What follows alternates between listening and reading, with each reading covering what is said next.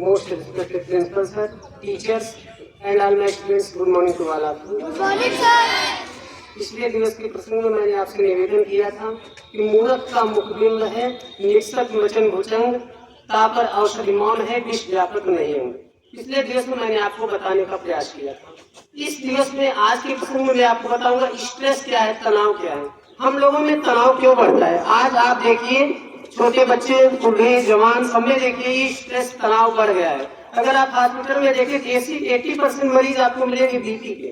कारण क्या है इसका कारण क्या है? अपने आप को व्यवस्थित, सुव्यवस्थित, क्रमबद्ध रूप से अपने कार्य को करते ही नहीं। और अगर हमको कोई कहता है तो हमें तनाव हो जाता है उसके प्रति। जैसे हम लोगों की टाइम है आने की कि हम फिक्स 9:10 या 9:15 तक आने का प्रयास करें, लेकिन हम नहीं आते हैं। और हम उसको अगर किसी के द्वारा या खुद कहते हैं तो हमारा उसके प्रति तनाव हो जाएगा।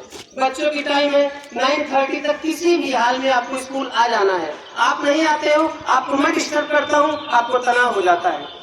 आपका काम है असेंबली ग्राउंड में जिसका भी रहता है, यहाँ जिसको स्पीच है, वो कैब है या जिसकी स्पीच है, आगे पीछे स्टैंड होना है, स्टैंड नहीं होते हो, हम सबके सामने आपको कहते हैं, आपको तनाव हो जाता है। CW copy, SW copy, notes, NCERT books आपको कहा जाता है लाने के लिए, आप नहीं लाते हो, हम आपको कहते हैं, आपको तनाव हो जाता है।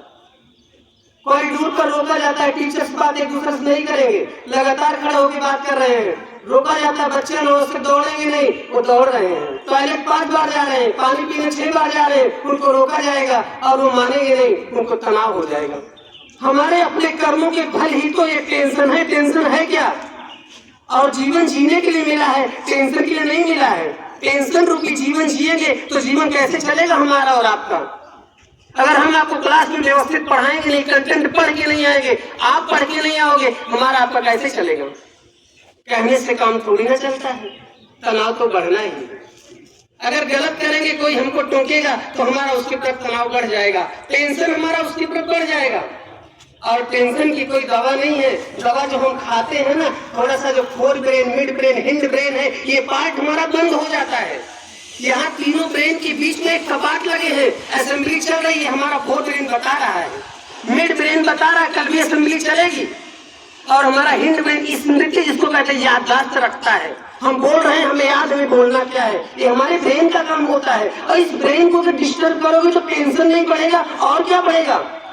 पूरे जीवन में केवल इसी भाग को आप ठीक कर लो, पूरा जीवन व्यवस्थित है। डाइजेस्टिव सिस्टम, रेस्पिरेटरी सिस्टम, कोई भी सिस्टम काम करता है इस मस्तिष्क से करता है। इस मस्तिष्क को आपको ठीक करने के लिए व्यवस्थित वर्क करना होगा। 10 मिनट हम लेट आते तुम्हारा क्या काम हो जाता है, और 10 मिनट हम पहले के स्कूल में एंट्री करते तुम्हारा क्या काम बिगड़ जाता है? बताइए। 2 मिनट हम क्लास में लेट जाते हैं तो हमारा क्या काम बन जाएगा, और 2 मिनट पहले एंट्री करेंगे क्या काम बिगड़ जाएगा? आप बताइए। आप काम नहीं करोगे तो आपका क्या फायदा हो जाएगा, और करोगे तो नुकसान क्या होगा, मुझे बताएं आप। हमें व्यवस्थित वर्क करना होगा। हमें टेंशन रूपी इस भूत को अपने सर से हटाने के लिए वर्क सुव्यवस्थित, सुसंगठित, क्रमबद्ध करना होगा। जीवन में हमारे आपके परिवर्तन आएगा। हम भी तो टीचर हैं, हम भी तो दूर से आते हैं। आप बताइए, मैं क्यों रेगुलर रहता हूँ? आप सब यही लोकल के रहने वाले फिर भी रेगुलर नहीं है। कारण क्या है?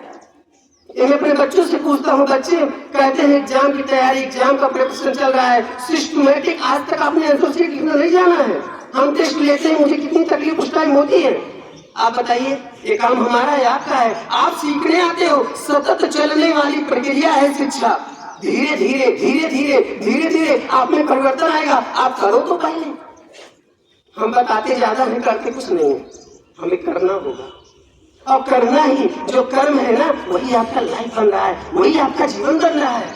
और जीवन को जानने के लिए ऊपर गॉड बैठा ये चला रहा है। अगर हम व्यवस्थित काम करते हैं तो भगवान इतना निर्दयी नहीं है कि हमको अच्छा सौवर्ग के लिए प्रोत्साहन नहीं देगा। और अगर गलत काम करते हैं तो भगवान इतना दयावान भी नहीं है कि आपको सही व्यवस्थित स्थान पर लेकर के जाएगा।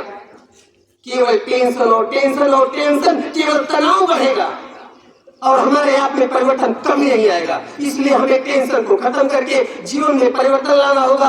हमें सुव्यवस्थित, संगठित, क्रमबद्ध रूप से अपने कार्य को समय के अकॉर्डिंग निष्पादन करने का प्रयास करना होगा। हमारे आपके जीवन में परिवर्तन आएगा, और परिवर्तन करना भी जिंदगी है। आज के लिए बस इतना ही। Thank you, have a nice day.